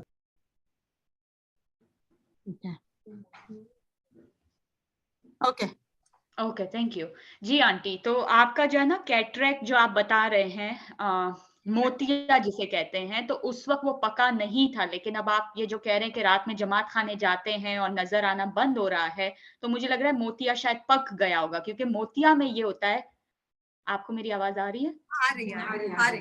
मोतिया में ये होता है कि रात में आपको जो है ना रोशनी आंखों में चुभेगी। रात में ये जमात खाने के ही टाइम पे शाम में आप जा रहे हैं, आपको सब आंखों में चुभ रहा है, तो इसका मतलब है आंटी मोतिया आपका पक गया होगा, तो डॉक्टर को दिखा देना और ये इलाज करवा लेना, क्योंकि ये है कि बगैर बीनाई के जिंदगी कुछ खास समझ नहीं आती, तो इट्स बेटर ये ट्रीट कर ले। मोतिया बहुत ट्रीटेबल है, इसका इलाज है, तो आप डॉक्टर को दिखाएं, उन्हें कहें कि देखें मुझे रात में बिल्कुल नजर नहीं आता, प्लीज मेरा कर दें, तो take care of this. Okay,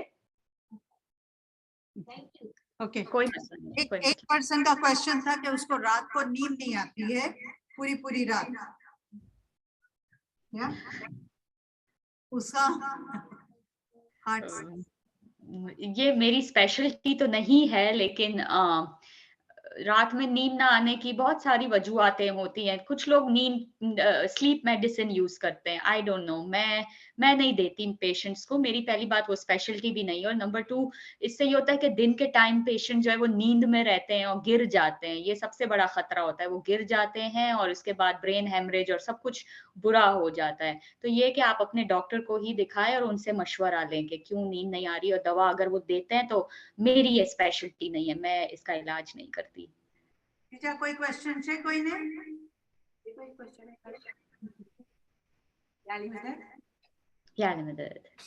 ये क्वेश्चन है कि है ना सर में कितना दर्द होना चाहिए कि हम लोग ये समझे कि हाँ वाकई स्ट्रोक हो रहा है?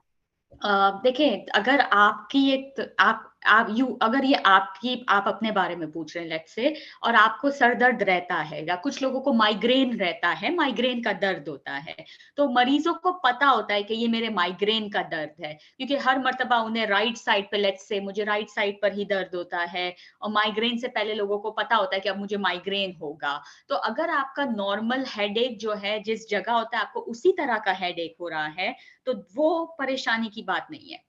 जो फालिज का दर्द होगा ना, या तो वो मरीज कहेगा कि मुझे कभी हेडेक था ही नहीं लाइफ में, this is the worst headache, बहुत बुरा हेडेक है।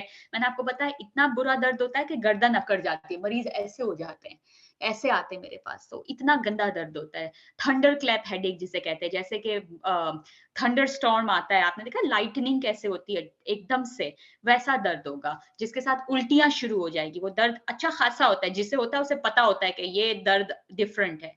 तो अगर आप रेगुलर आपको दर्द रहता है ये हेडेक और आपको वही दर्द चल रहा है, दैट्स नॉट स्ट्रोक। लेकिन अगर एक शख्स है जिसको हमेशा से माइग्रेन रहता है और दिस टाइप इनका जो दर्द है वो डिफरेंट है, ठीक है, डिफरेंट है, जिसके साथ आंखें काम नहीं कर रही, वॉमिटिंग हो रही है, दैट्स समथिंग बॉदरसम। ये चीज आपको उस वक्त आपको इमरजेंसी जाना चाहिए, ठीक है। ओके, एक क्वेश्चन मेरा है, मतलब क्वेश्चन नहीं है, क्या हुआ था कि मेरी हम लोग की एज की एक मेरी फ्रेंड है, उसको थोड़ा थोड़ा दर्द हुआ, तो वो डॉक्टर के पास ऐसा गए थे, तो डॉक्टर बोले यू नीड टू, आपको हार्ट स्पेशलिस्ट को दिखाना चाहिए, लेकिन उसने लाइटली ले लिया। ओके, ये थर्सडे की बात है, उसने लाइटली ले लिया और फिर सैटरडे उसकी बेटी को बोलती भी है कि मेरे को ऐसा हुआ था और मैं नहीं, तो उसकी बेटी भी बोली जाना चाहिए, और ट्यूसडे अचानक उसको इमरजेंसी में जाना पड़ा। इमरजेंसी में वो गई और उसको स्ट्रेट उसको वॉमिट हुई और वो उसको वेंटिलेटर पे डाल दिया। उसका राइट वेंट्रिकल थोड़ा स्टॉप वर्किंग और उसका लंग्स को नहीं मिल रहा था ऑक्सीजन, तो उसको सीधा उसमें डाल दिए। तो डॉक्टर इन लोग को बताना पड़ेगा, थोड़ा भी कुछ होता है एंड आज भी वो हॉस्पिटल 2 वीक से ना, वो उसका हार्ट इतना स्ट्रॉन्ग नहीं है, उसको ओपन हार्ट सर्जरी की जरूरत है, सर्जरी कर नहीं सकते, क्यों कि उसको वेंटिलेटर पर है। थोड़ा तो ये बोला भी डॉक्टर ने कि तुम दिखा दो, पर उसने लाइटली ले ली। ये चीज बहुत अच्छी आपने बात कही, और मैं जो मरीज देखती हूँ, मैं यही चीज है, मेरे पास ज्यादातर गोरे पेशेंट्स आते हैं और मैं देखती हूँ कि वो इतने अप टू डेट होते हैं अपनी हेल्थ को लेकर कि मतलब जरा सा भी कुछ है वो फौरन आ जाएंगे। वो हमेशा मुझे यही कहते हैं, doctor it's better to be safe than sorry, कि मेरे पेशेंट खुद ही इतनी सी चीज होती है वो फौरन आ जाएंगे कि प्लीज हेल्प मी। और मतलब हमें बनाया इसलिए कि हमारे पास आप आएंगे, हम आपको अपनी तकलीफें, मतलब अगर हमारा काम ही ये है और अगर आपको कोई बता रहा है तो उसे सीरियस लेना पड़ेगा आपको। मैंने यही देखा है, हमारी जो लोकल कम्युनिटी, जो देसी कम्युनिटी है, वहां पे मैंने मसला हमेशा देखा है कि वो अपने हिसाब से उन्हें जो सुनना होता है वो वही चीज सुनते हैं कि ये चीज ही मुझे सुननी है, और आधी बातें वो अपने हिसाब से कहते हैं कि हाँ ये ठीक है, ये खैर है, ये ठीक हो जाएगा।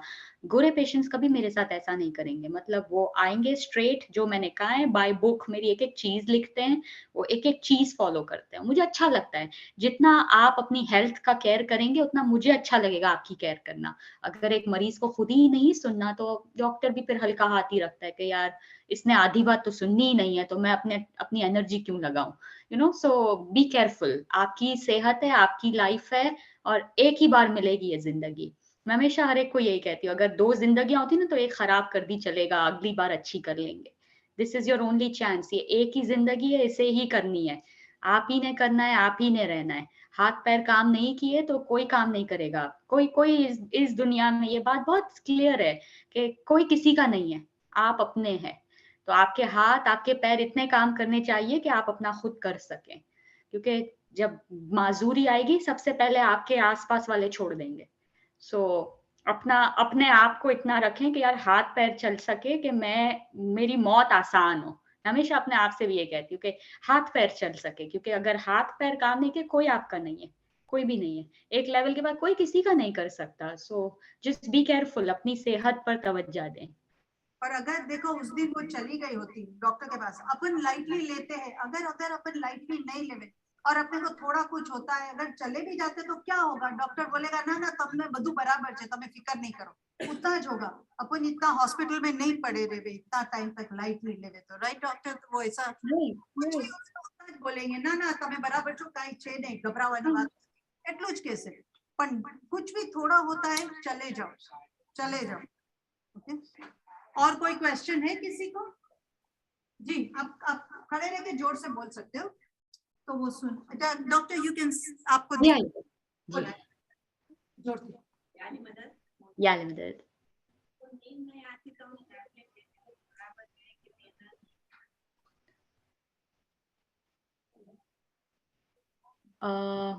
मुझे आवाज बस इतनी आई, नींद नहीं आती तो हम टैबलेट लेते हैं, ये सवाल है आपका? लेना या नहीं लेना, कौन सी लेते हैं? मैंने यही बताई, मेरी स्पेशलिटी नहीं है, मैं ये चीज में मैं स्पेशलाइज नहीं की हूँ, तो मैं नहीं फेवर करती ज्यादा, मतलब मेडिसिन में उतनी दूंगी जो जरूरी है, क्योंकि नींद की गोली से तो आप उसके आदी हो जाते हैं, फिर आप उसके बगैर सो ही नहीं सकेंगे, ये बात तो तय है। और वो देते हैं ज़ेनेक्स, मेरे ख्याल में एक आती है एटिवेन या ज़ेनेक्स के नाम से एक आती है, और वो जो है आप थोड़ी लेते हैं, फिर वो थोड़ी बढ़ाते हैं, फिर वो बढ़ाते हैं। एम्बियन एक और होती है। उसके बाद ये होता है कि आपको नींद में से कभी कोई उठाता है, आपका दिमाग ही नहीं, आपको होश ही नहीं होगा वो क्या कह रहे हैं, और आप चलते हैं, और बहुत कॉमन है पेशेंट गिर जाते हैं, क्योंकि वो उनकी नींद आधी है आधी नहीं है। उसके बाद वो बड़े मसले में लग जाते हैं कि सर में ब्लीड हो गया, हार्ट टूट गया, फ्रैक्चर हो गया। सो मेलेटोनिन के नाम से एक आती है, मेलेटोनिन ये आपके बॉडी का हार्मोन है। मेलेटोनिन में पेशेंट को कहती हूँ हाँ ये ले सकते हैं आप, नींद से 2 घंटा पहले, बेड टाइम से 2 घंटा पहले वो खाएं, और उसके बाद नींद, मैं ये भी दवा का नाम लिख देती हूँ, मेलेटोनिन नाम है, तो वो आप ट्राई कर सकते हैं। कितना mg लेना? क्वेश्चन। 3 मिलीग्राम से स्टार्ट करते हैं और 5 तक ले जाते हैं। पहले 3 मिलीग्राम ट्राई करके देखें, 3-4 हफ्ता कैसा है, फिर 5 मिलीग्राम कर सकते हैं। ये वॉलमार्ट पे भी मिलती है, डॉक्टर की प्रिस्क्रिप्शन की नीड नहीं है, ये one of the natural hormones of the body है। मेलेटोनिन आपकी बॉडी खुद बनाती है सोते टाइम अंधेरे में, जब रात होती है अंधेरा होता है तो आपकी बॉडी मेलेटोनिन बनाती है, तो आपको थोड़ा सा एक्स्ट्रा 3 मिलीग्राम ले लें 2 घंटा पहले, खाने से 2 घंटा पहले, सोने से 2 घंटा पहले, कभी कभी आप 90 मिनट्स पहले 1 घंटा पहले लें, ताकि वो आपका स्लीप साइकिल मेंटेन करता है। ठीक है जी अंकल, आपको क्वेश्चन था? मेरा सवाल ये है कि हम इंडिया पाकिस्तान से यहाँ जमा होते हैं जी, लेकिन हमारा ट्रेंड ये रहा है कि रहना अमेरिका में है, खाना पीना अमेरिका में है, लेकिन जब हम बीमार पड़ते हैं तो दवाई जो है वो इंडिया पाकिस्तान से आवे तो खानी है, पता नहीं, तो यहाँ की दवाई नहीं खानी है, क्योंकि यहाँ की दवाई बहुत महंगी है। भाई मैं कहता हूँ कि अमेरिका में रहना है, खाना पीना अमेरिका का है, तो दवाई भी अमेरिका की खाओ तो उसको बैलेंस करेगा। अभी लोग क्या करते हैं, एक दो केस मेरे पास ऐसे आए हैं। I am a patient of heart since 2007. I am treating myself with the help of my doctors, and I am perfectly all right. I am active. I have energy. very good. Heart still, even after my heart attack in 2007. माशाल्लाह। मेरा कहने का मतलब ये है, एक patient आया मेरे पास नहीं, मेरे को रेफर किया। वो बेचारी खातून थी, हैदराबाद दक्कन की, उसके गले में यहाँ इतना बड़ा बॉल बन गया था। थायराइड होगा। वो औरत आई मेरे पास, मैंने चेक किया, मैं मेरे डॉक्टर के पास लेके गया, डॉक्टर को बताया, डॉक्टर बोला क्या हुआ? मैंने बोला डॉक्टर साहब ये सिंथेराइड लेती थी इंडिया के ब्रांड, और जो उसका डोज था यहाँ के डॉक्टर ने उसको डबल कर दिया। वो एक गोली लेती थी, वो बोले 2 गोली लो, 2 गोली चालू करी, 6 महीने के अंदर बॉल इतना बड़ा हो गया जैसा फुटबॉल, नॉट क्रिकेट का बॉल, फुटबॉल। तो डॉक्टर यहाँ अमेरिका था, अमेरिका डॉक्टर ने मेरे को बोला कि mister Dalawala, I do not want anything else, I will simply cure her with the medicine, क्योंकि वो डॉक्टर ने बोला था कि तुमको सर्जरी के लिए जाना, उसके पास पैसा नहीं था, उसका हस्बैंड की डेथ हो गई थी, उसका बेटा सही चलता नहीं था, उसको खर्चे पानी बराबर देता नहीं था, वो बड़ी परेशान थी। स्ट्रेस उसके ऊपर इतना था, न पूछो बात। मेरे को इतना फील होता था कि how can I cure this woman. और फाइनली जब डॉक्टर ने टेक ओवर किया, 1 महीने के अंदर उसका बॉल आधा हो गया, लेकिन उसका बेटे ने उसको तो जीने नहीं दिया, सडनली ओवरनाइट हैदराबाद भेज दिया। ओके, वेरी गुड, चलो सॉर्ट आउट हो गया ना। और बाद में वहाँ हैदराबाद में वापस सर्जरी कराना पड़ा। Okay, good, thank you. Okay, बीजो कोई क्वेश्चन, एनीबॉडी? आपको कोई क्वेश्चन है किसी और को? कोई और क्वेश्चन हो तो आप बता दीजिएगा, मुझे एक मीटिंग के लिए निकलना है। Thank you very much, it was very nice having a talk. Okay, एक बात बता दूं, डॉक्टर को thank you very very much, बहुत ज्यादा इंफॉर्मेटिव था। Doctor, you are too good, बहुत अच्छा, थैंक यू सो मच। इतना बिजी स्केड्यूल में आपने टाइम निकाला हमारे लिए। और बस आप लोग अपना ख्याल रखें, अपना ख्याल, सेहत। पेशेंटली सबका जवाब भी दिया। Thank you so much, thank you very much. दुआ में याद रखें। याद मदद। मौला खुश रखे हमेशा। आमीन आमीन आमीन।